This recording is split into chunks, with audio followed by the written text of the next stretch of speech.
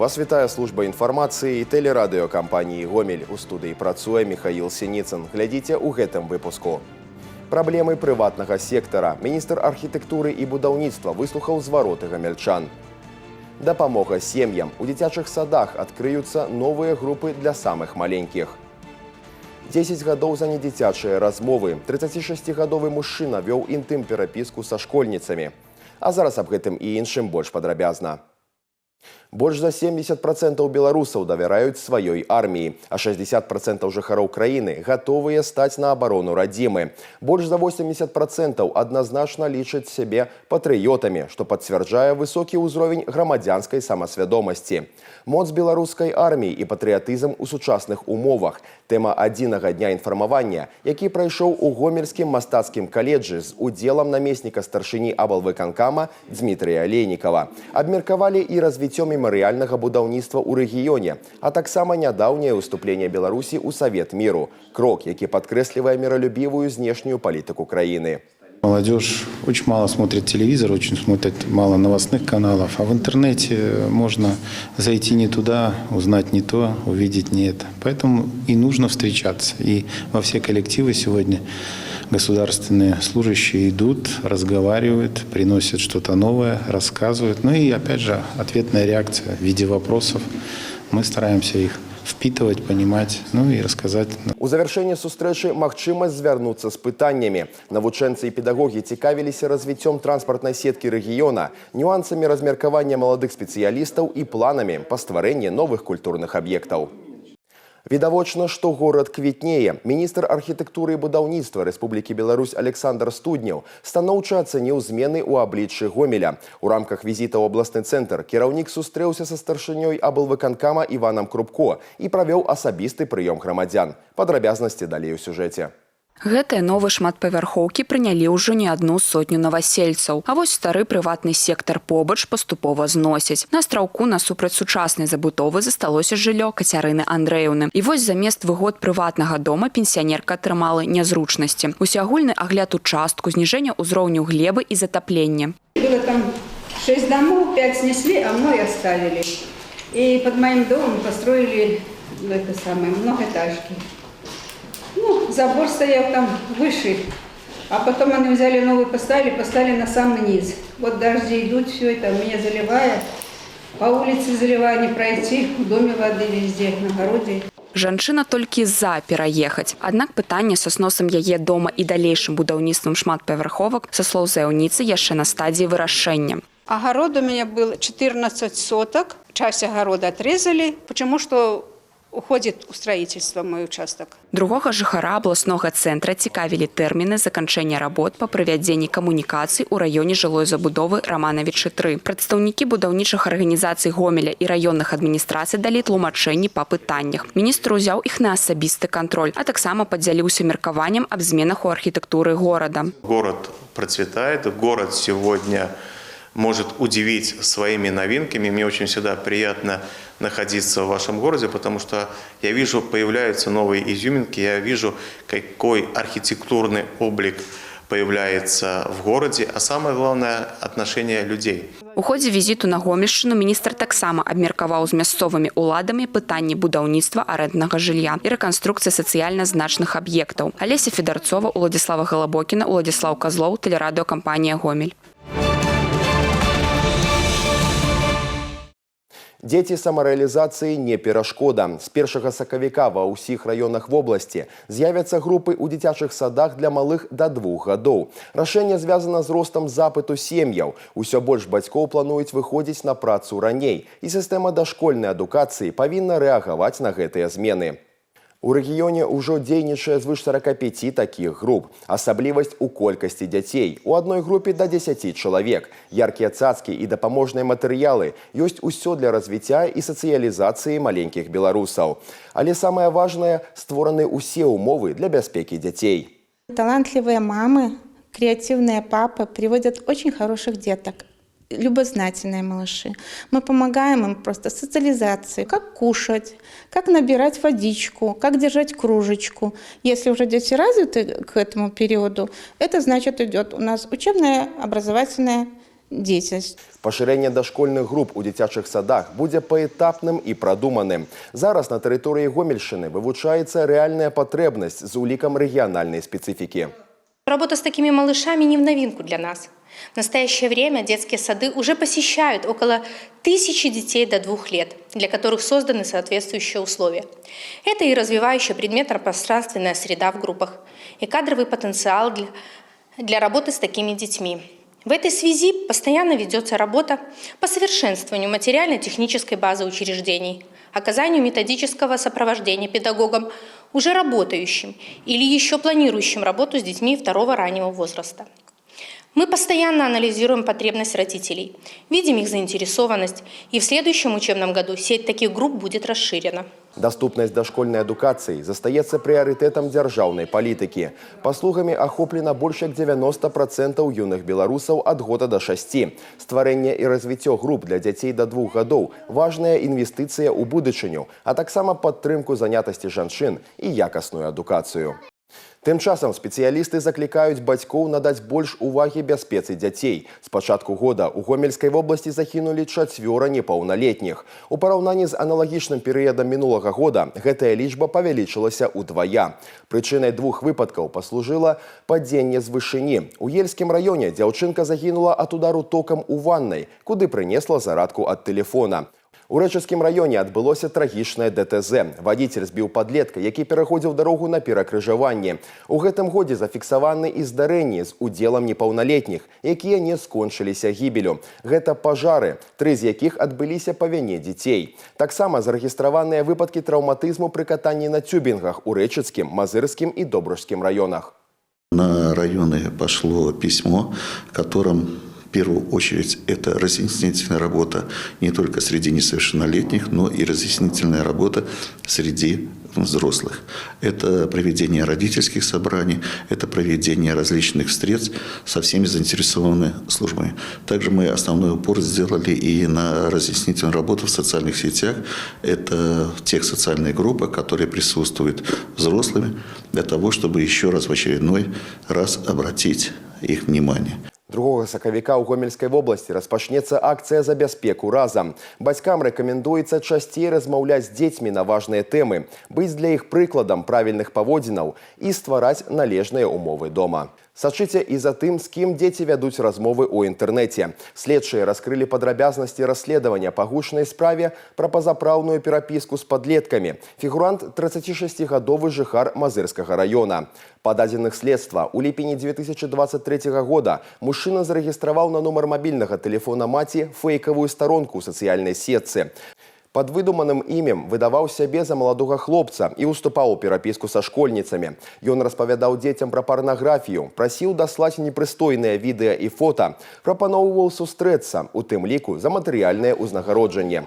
Установлена 45 эпізодаў злачыннай дзейнасці, учыненых на працягу 1,5 года. Потерпевшими признаны 35 человек в возрасте от 12 до 15 лет включительно, из которых большая часть проживает на территории Гомельской области. В числе потерпевших также 15-летний юноша, который ради развлечения общался в соцсети с фейковой страницей под видом девочки. Фигурант отказался от дачи показаний, вину не признал. На основании собранных доказательств жителю Мозырского района предъявлено обвинение по нескольким статьям Уголовного кодекса Республики Беларусь. Крымінальная справа разгледжана ў суде Новобелецкага района Гомеля.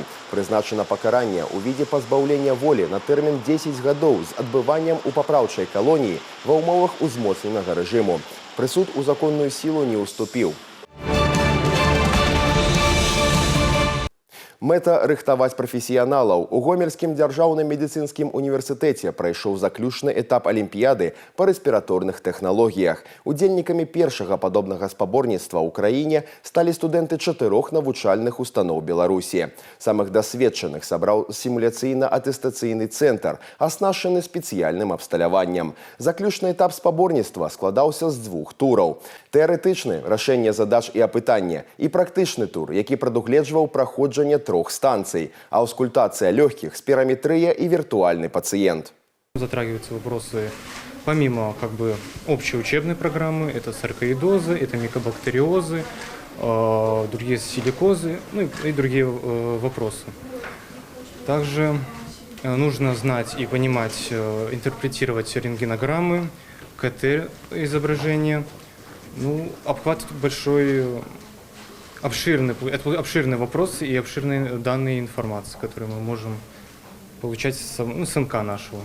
У мінулым узровень захворвання на туберкулёз у Гомелі быў адным з самых высокіх, і за апошнія 10-15 гадоў ён знізіўся ў 2,5 разы. Гэта стала вынікам інтэнсіўнай працы медыкаў і вучоных. Сёння пытанні рэспіраторнага здароўя застаюцца актуальнымі, і Алімпіяда заклікана звярнуць увагу студэнтаў на дыягностыку і лячэнне такіх захворванняў. В первую очередь мы это проводим для того, чтобы вызвать интерес к изучению нашей дисциплины фтизиопульмонология. Пытаемся вывести ее из тени онкологии, кардиологии. Сейчас это перспективные специальности, но нельзя забывать о том, что есть и другие направления в медицине, и вот это наша задача сегодня. Па выніках 2 этапаў Алімпіяды перамогу атрымалі будучыя медыкі з Гродна. Гамельчане занялі другое месца. Замкнула тройку лідараў сталічная каманда.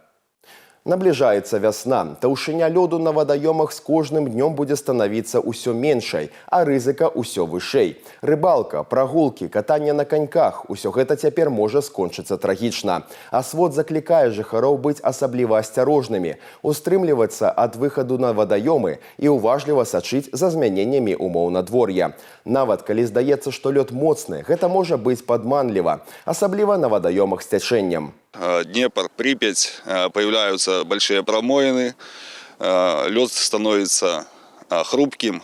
Что касается водоемов закрытых без течения, он будет также постепенно становиться хрупким, и в связи также с повышением уровней воды, вода будет выходить на лед.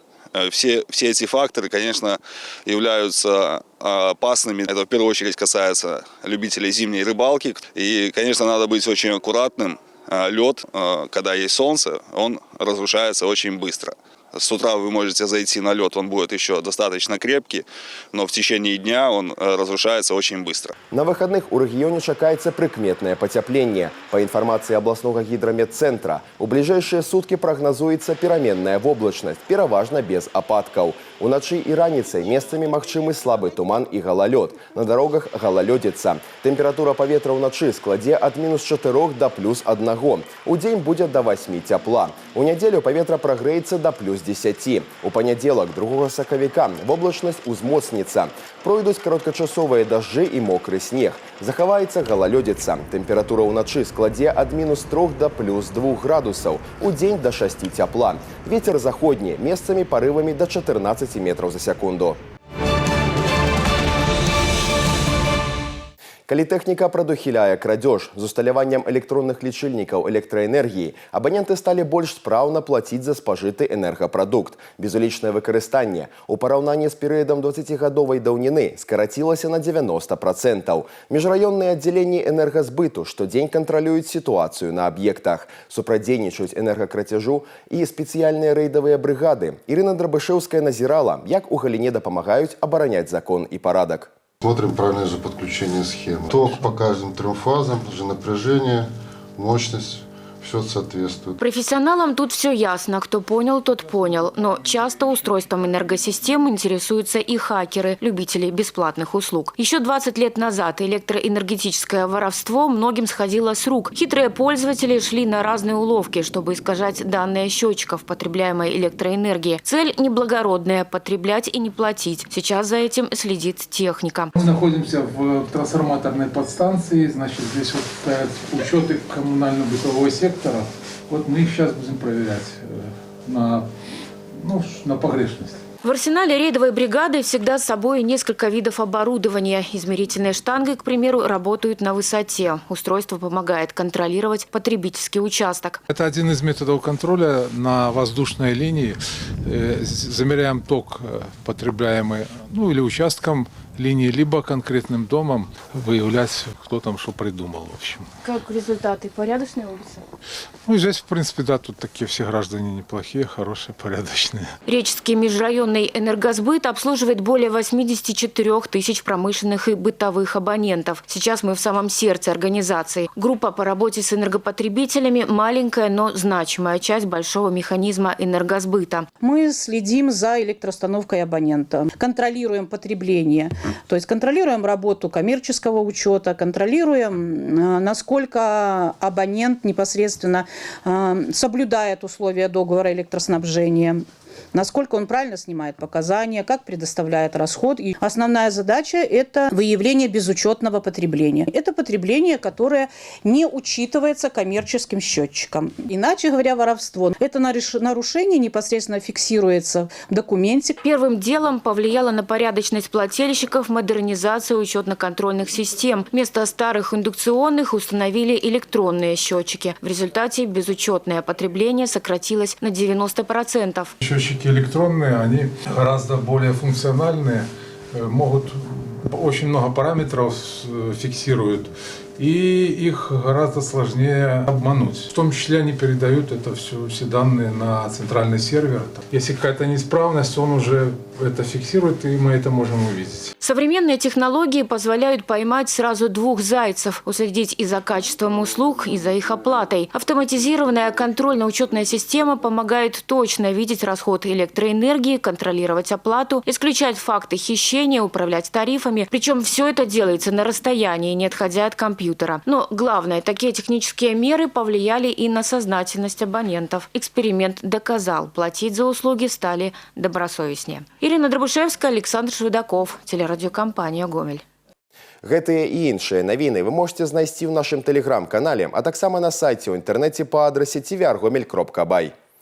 На гэтым выпуск завершаны. У студыі для вас працаваў Михаил Синицын. Усяго добрага і да сустрэчы ў эфіры.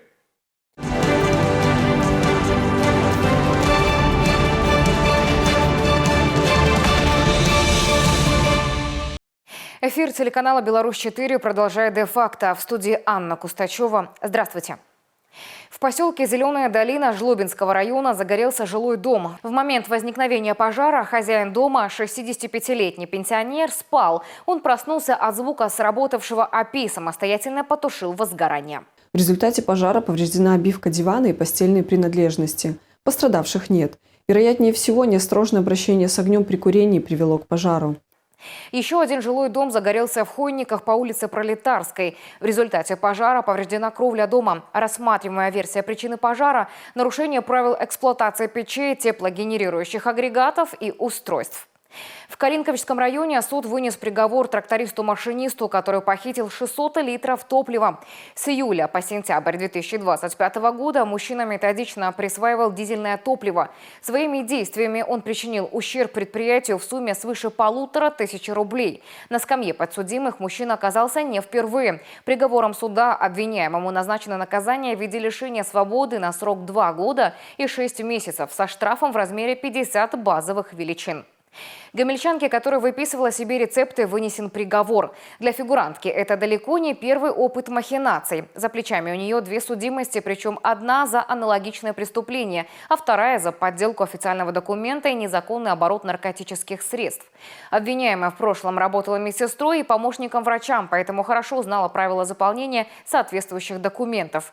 Все началось с того, что она случайно нашла на полу в уборной детской больницы 2 чистых рецептуальных бланка. После этого в своей поликлинике посетила гинеколога с жалобами на состояние здоровья. И тот выдал ей несколько направлений на анализы. Дома злоумышленница аккуратно вырезала ножницами печать вместе с подписью врача-гинеколога и вклеила их в бланк. Фальшивые рецепты она вписала названия сильнодействующих препаратов, психосимуляторов и снотворных. Фармацевты копировали фальшивые документы, на ксероксе подделка была не видна. Суд Центрального района Гомеля признал горожанку виновной в подделке и использовании заведомо подложных документов, назначив ей наказание в виде 1 года лишения свободы в колонии общего режима, а также принудительное лечение от наркомании и токсикомании. На этом выпуск завершен. Оставайтесь с нами и берегите себя. Я, Анна Кустачева, благодарю вас за внимание.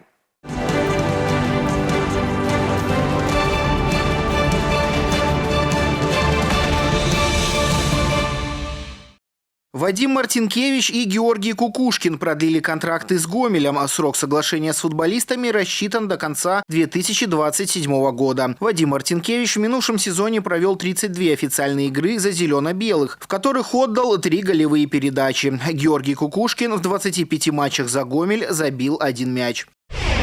Юлия Готовка пробилась в полуфинал турнира ITF в египетском Шарм-эль-Шейхе. В четвертьфинале наша соотечественница в упорнейшей борьбе переиграла на 2 тайбрейках еще одну белоруску Анну Кубареву 7-6, 7-6. Встреча продолжалась 2 часа 15 минут. Завтра в поединке за попадание в финал Юлия Готовка будет соперничать с итальянской теннисисткой Камилой Дзаналини. Тем временем Алена Фалей выиграла 2-й матч на турнире ITF в Португалии. В поединке 1/8 финала белоруска обыграла в 2 сетах испанскую теннисистку Еву Альварес 6-0, 6-2. На старте этих соревнований Алена Фалей также уверенно переиграла итальянку Камилу Розателло 6-1, 6-2.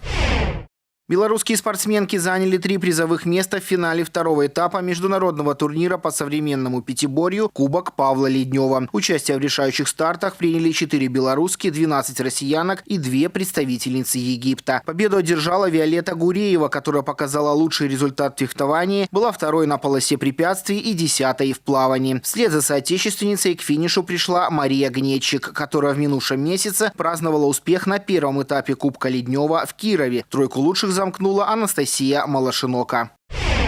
В казахстанском Шымкенте стартовали международные соревнования по пулевой стрельбе. Программу турнира открыли соревнования в стрельбе стоя из пневматической винтовки на 10 метров у мужчин. По итогам квалификации в 8 сильнейших попали 5 белорусов. В финале лучший результат показал Владимир Чернов. Международный турнир по пулевой стрельбе продлится по 5 марта. В состав белорусской делегации вошли более 20 человек. Стартовала регистрация на Сожский полумарафон. Забег пройдет в Гомеле 23 и 24 мая. Соберет как профессиональных спортсменов, так и просто любителей бега. Особенность этих стартов заключается в том, что они проходят в ночное время в самом живописном месте города, на набережной реки Сож в границах Гомельского дворцово-паркового ансамбля. Участникам предложено 4 дистанции – 5, 10 и 21 километр, а также корпоративная эстафета 4 по 5. Забег стартует в 22:00.